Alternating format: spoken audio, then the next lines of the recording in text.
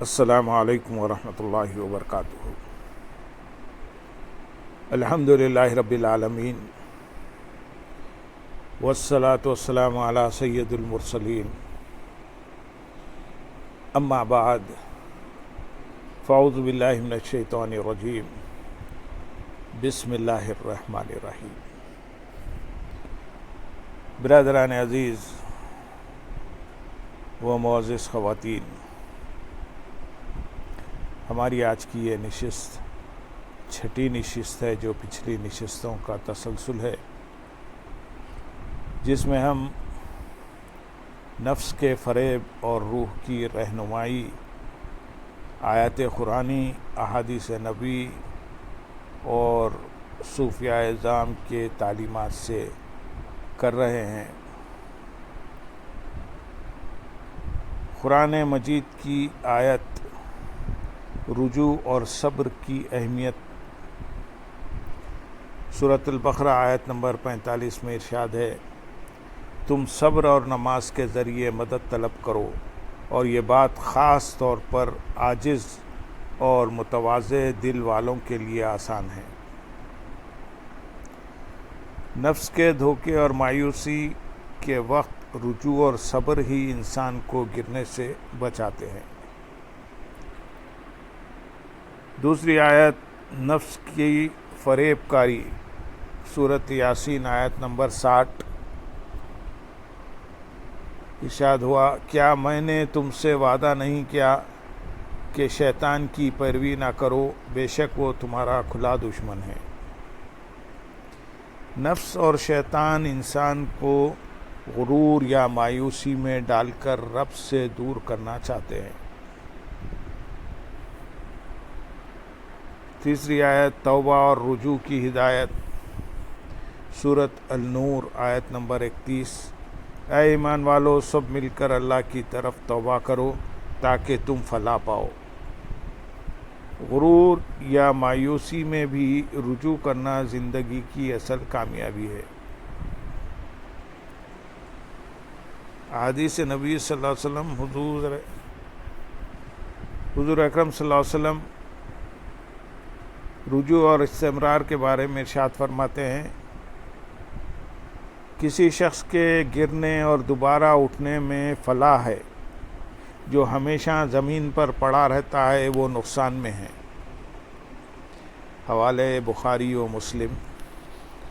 حضرت شمس تبریز کی تعلیم سے مطابقت گرنا مسئلہ نہیں، بار بار اپنے رب کی طرف لوٹنا اصل کامیابی ہے۔ نفس کے دھوکوں کے بارے میں ارشاد نبی صلی اللہ علیہ وسلم ہے، نفس تمہارے خلاف سب سے بڑا دشمن ہے، تمہارے اندر کے فریب سے محتاط رہو۔ مایوسی سے بچاؤ، حضرت صلی اللہ علیہ وسلم ارشاد فرماتے ہیں، اللہ تعالیٰ اپنے بندے سے کبھی نا امید نہیں ہوتا، بندہ خود جب اللہ سے امید رکھتا ہے تو کامیاب ہوتا ہے۔ صحیح مسلم۔ نفس اور خود شناسی، حضرت سیدنا علی ابن ابی طالب کرم اللہ وجہہ الکریم فرماتے ہیں، جان لو کہ سب سے بڑا دشمن تمہارا نفس ہے، اگر تم اپنے نفس پر قابو پالو تو تم سب پر غالب آ جاؤ گے۔ غرور اور خود اعتمادی کے فریب سے بچنے کے لیے نفس کی پہچان اور اس پر قابو پانا ضروری ہے۔ غرور اور فخر سے بچاؤ، حضرت سیدنا علی ابن ابی طالب کرم اللہ وجہہ الکریم فرماتے ہیں، اگر تم اپنے آپ کو دوسروں سے افضل سمجھو گے تو تمہارا نفس تمہیں تباہ کر دے گا، اور اگر تم اپنی کمزوری پر گھمنڈ کرو گے تو تم زمین پر گر جاؤ گے۔ غرور اور مایوسی دونوں نفس کی چالیں ہیں، توازن ہی اصل راہ نجات ہے۔ مایوسی اور رجوع الی اللہ، حضرت سیدنا علی ابن ابی طالب کرم اللہ وجہہ الکریم ارشاد فرماتے ہیں، کسی بھی حالت میں اللہ کی رحمت سے نا امید نہ ہو، بندہ گر جائے، تھک جائے، مگر جو رب کی طرف پلٹتا رہے وہ کبھی ہار نہیں جاتا۔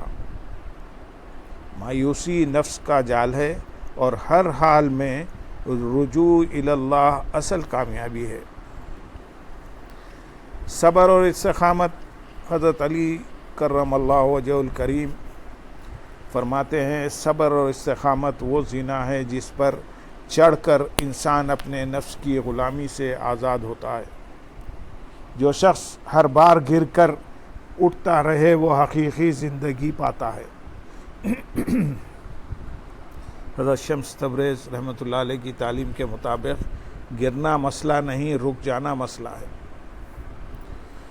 نمبر 5، توازن اور اعتدال۔ حضرت سیدنا علی رضی اللہ تعالیٰ عنہ فرماتے ہیں نہ خود کو بہت بڑا سمجھو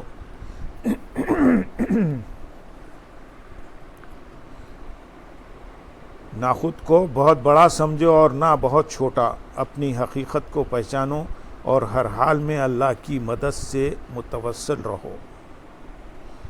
غرور اور مایوسی دونوں نفس کی چالیں ہیں، توازن اور توکل ہی اصل رہنمائی ہے۔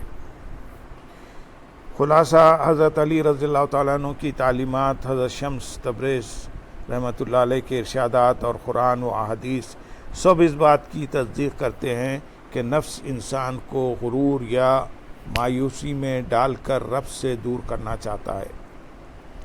اصل کامیابی ہر حال میں رجوع الی اللہ اور صبر و استقامت میں ہے۔ توازن اور توکل نفس کے فریب سے بچنے کا سب سے مضبوط ہتھیار ہے۔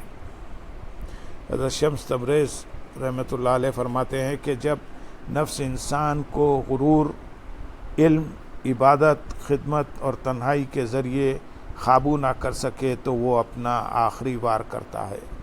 یہ وار دو رخ والا ہوتا ہے، یا تو وہ تمہیں حد سے زیادہ خود اعتمادی میں ڈال دیتا ہے یا پھر حد سے زیادہ مایوسی میں۔ یہ نفس کی سب سے خطرناک چال ہے۔ پہلی صورت میں وہ تمہیں یہ یقین دلاتا ہے کہ تم کبھی نہیں گر سکتے، تم مضبوط ہو، تم ثابت قدم ہو، تم محفوظ ہو، اور تمہیں لگتا ہے کہ تم نے اپنے نفس کو قابو کر لیا ہے۔ جیسے ہی یہ خیال دل میں جڑ پکڑتا ہے تبھی فتنہ شروع ہو جاتا ہے۔ حضرت شمس تبریز رحمۃ اللہ علیہ فرماتے ہیں کہ جو شخص یہ سمجھے کہ اس نے اپنے نفس کو مار دیا ہے وہ سب سے زیادہ دھوکے میں ہے۔ نفس نہیں مرتا بلکہ کمزور ہو کر انتظار کرتا ہے، موقع دیکھتا ہے اور پھر اچانک حملہ کرتا ہے۔ دوسری صورت اس سے بھی زیادہ خطرناک ہے۔ مایوس نفس تمہیں تمہاری کمزوریوں کے ذریعے تھکا دیتا ہے۔ وہ کہتا ہے تم کبھی نہیں بدل سکتے، تم بار بار گرتے ہو، تمہارے اندر اخلاص نہیں، تمہاری عبادت خالص نہیں۔ آہستہ آہستہ تمہارے دل میں امید کم ہونے لگتی ہے۔